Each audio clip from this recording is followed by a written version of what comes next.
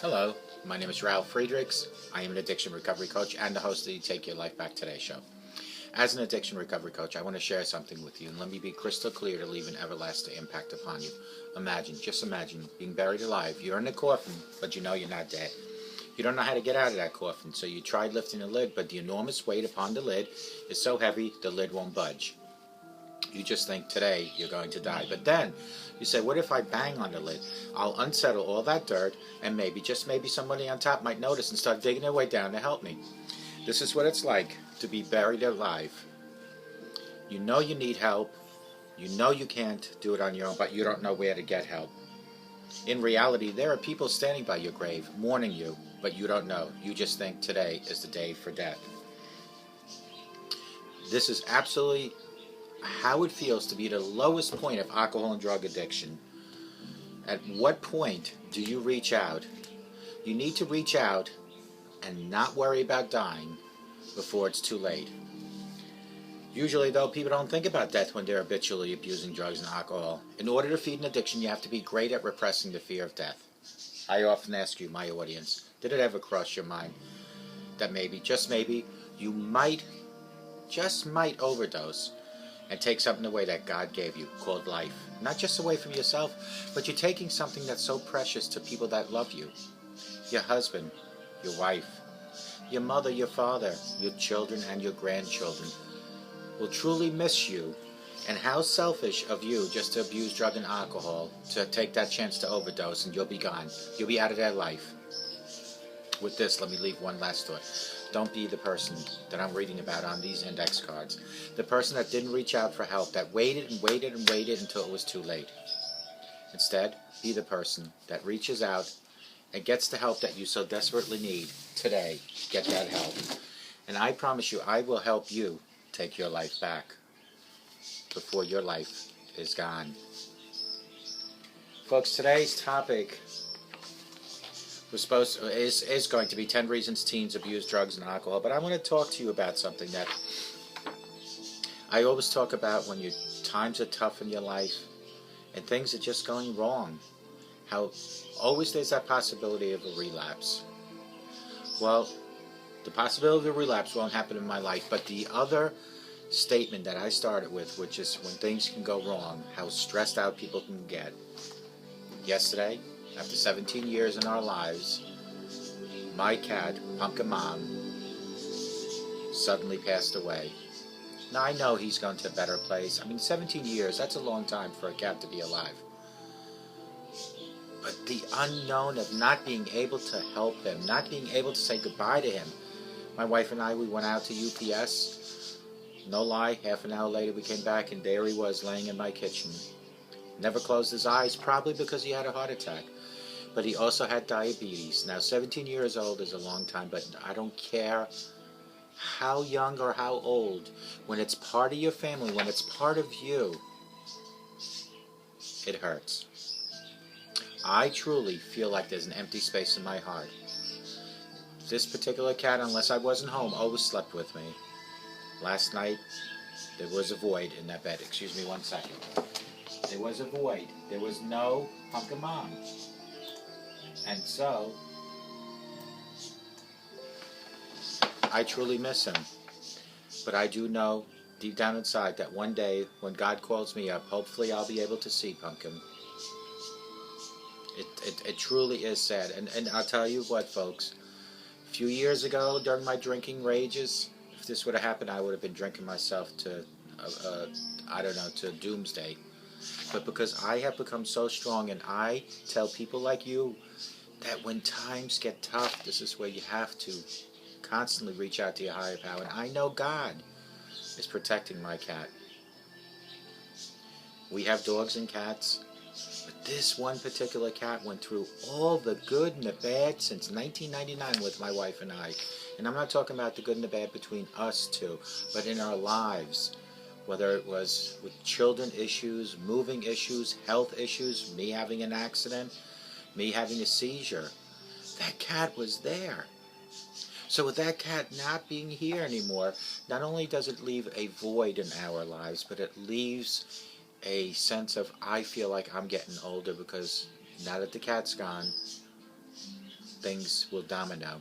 Folks, all my relatives when they died were in Germany.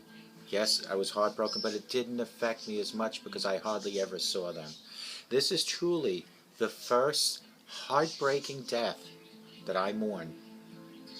This is a, how should I say, a warm-up to what the future holds, whether it being for, God forbid, my mom, my dad, my wife. This is a hurt that will never ever leave. They say time heals wounds. Folks, this is a void in my life. This is a true part of my family that is gone. Buried right out there where I get to see where I buried him each and every day. This morning I went out there and I kneeled down and I said, Pumpkin, God's watching you. I'm watching you. I promise you, as long as I live here, I will see and watch over you. If I can only have him back for one more day. If God would only allow me to hold him one more time so I can at least say goodbye. I didn't have that chance. And folks, I am telling you, each and every one of you, if there are people in your life that you might have some issues or unsaid words with, things do happen on a drop of a dime, and it's too late then. So take care of each other, love each other, whether it's human or animals, love each other. 10 reasons teens abuse drugs and alcohol. The teen years are often considered the most difficult period of a person's life. After all, how often do you hear anyone at the age of 30 saying, I wish I was 15 again? Probably never. It's a time of life where teens attempt to navigate the precarious bridge between childhood and adulthood, and one of the most challenging decisions for an age group that is ill-prepared to make difficult choices is whether to start using alcohol and drugs. On one hand, adolescence is at a time of self-exploration. One could argue that it's perfectly natural and normal to want to try new things, such as getting high or drunk for the first time. However, others would argue, and wisely so, that adolescents, by virtue of their young age and lack of life experience, aren't prepared for the consequences that often follow trying drugs and alcohol. The following are the 10 of the most common reasons why they use drugs and alcohol. Number one, and it's always going to be number one on my list, is peer pressure. Peer pressure is a powerful force at any stage of life, but it's especially influential during adolescence, at a time when kids are trying to figure out who they are and what they're about and how they fit in life, when insecurities can be fierce, the desire to be accepted and liked makes saying no extremely difficult. Saying no can also have painful consequences, ranging from being laughed at or mildly teased, to being humiliated, rejected, and even bullied. Peer pressure often comes as a devil in the sheep's clothing. The cool kid who says, hey, it's just weed, or it's my dad's prescription, so of course it has to be safe. Or the popular girl who's hosting a party while her parents are out of town, encouraging everyone to drink up and have some fun. After all, who's going to know and who's going to say anything? Number two, to look and feel grown up. Adolescents often want to be treated like adults. I'm not a kid anymore is a frequent mantra, especially when they want privileges that come with the age that they're trying to be. It's no surprise that they're drawn to the things that make them feel like an adult. Older, more mature, more sophisticated. Drinking, smoking, and drug use can all boost those feelings instantly. Hey, look at me, they say. I'm all grown up now. With those behaviors comes illusion that one is truly mature and thus can handle anything that they might put in their mouth or up their nose. Sadly, one bad incident can quickly shatter it and remind them of how young and vulnerable they still are. Number three, modeling parents' behavior. And I always talk about this. The role model is so damn important, folks. It's so important in your house. Teens that grow up with parents who abuse drugs and alcohol often follow suit. After all, that's what they know and that's what they learned from you. Not to mention, if one or both of the parents are actively using, they're often easy, accessible to them as well. Number 4, curiosity. Curiosity not only killed the cat, oh God, I shouldn't have said that, my cat. It also can be very seductive temptress. The desire to try new things and explore the world didn't suddenly shut off when puberty commenced. In fact, it often becomes even stronger. Most teens have a lot more autonomy, and some have way too much than they did as children. They are less closely supervised and often left home for chunks of time while mom and dad are still working to make ends meet. The desire to find out what it feels like to get drunk or high just this once, of course, can be very strong. Not to mention, everybody experience, don't they? Okay. Number 5, boredom. It's been said that idle hands are a devil's tools, and similarly, that and an idle mind is a devil's playground. In other words, boredom can quickly get anyone, and especially restless teens, in all of sorts of trouble. It's even worse for teens who have bored friends, passing the time with few beers and few hits with friends. Number 6, self-medication. Teens who struggle with a lot of emotional pain are especially vulnerable to alcohol and drug abuse. They use these substances just like many other adults as a way to self-medicate. They know that getting high or getting drunk will at least temporarily numb or ease the pain they might be experiencing, and it is a means of escape for them. For example, a socially awkward and extremely shy teen may use alcohol in a desperate attempt to feel more comfortable and fit in. Number 7, rebellion. Teens like to assert their budding maturity and test the limits with their parents. Those with nagging, overprotective, or strict parents often lash out at the passive-aggressive manner. Rather than talking to mom and dad about their frustrations, such as what they perceive as only strict rules, religious hypocrisy, or constant nagging, they may rebel by using alcohol and drugs, especially if they know that doing it will make you, as the parent, mad. Number 8, ignorance. Let's face it, most teens don't know what's good for them and what's not good for them. Not because they're not bright, but because they simply don't have enough information or experience. They simply experimenting with alcohol and drugs often seems innocent enough, especially if they see you doing it. In fact, it's often regarded as a sort of adolescent rite of passage. Many teens feel entitled to experiment at this age, as if they expected to do so, therefore they should do so when they want to. What many don't realize is that neither it is innocent nor harmless. For those on the outside looking in, it seems like everyone who is doing it is having fun, and they are the ones who are missing out. What they don't yet see, that haven't yet learned to minimize or rationalize, is that all the vomiting after drinking too much, the hangover the next morning, or the sickening "what have I done" morning after feeling when they have just woken up in a strange place or realized the needle they used was dirty, is a wake-up call. Number 9, to have fun. Getting drunk or high with friends sounds fun in the moment. What it isn't fun about spending time with friends, sharing an intensely pleasurable drug-induced euphoria or disinhibiting effects of alcohol. The silliness, the slurred words, and the stumbling, bizarre behavior of all those things can be very entertaining and make for great stories the next day or down the road. Of course, it's all just good old teenage fun, until someone is seriously injured, has to face a judge, or winds up on a cold slab in the morgue. Number 10, they become addicted. The worst of them. Teens don't use alcohol and drugs with the intent of becoming addicted. In fact, since part of adolescence is still intact belief that you are invincible, addiction, what's that? They say.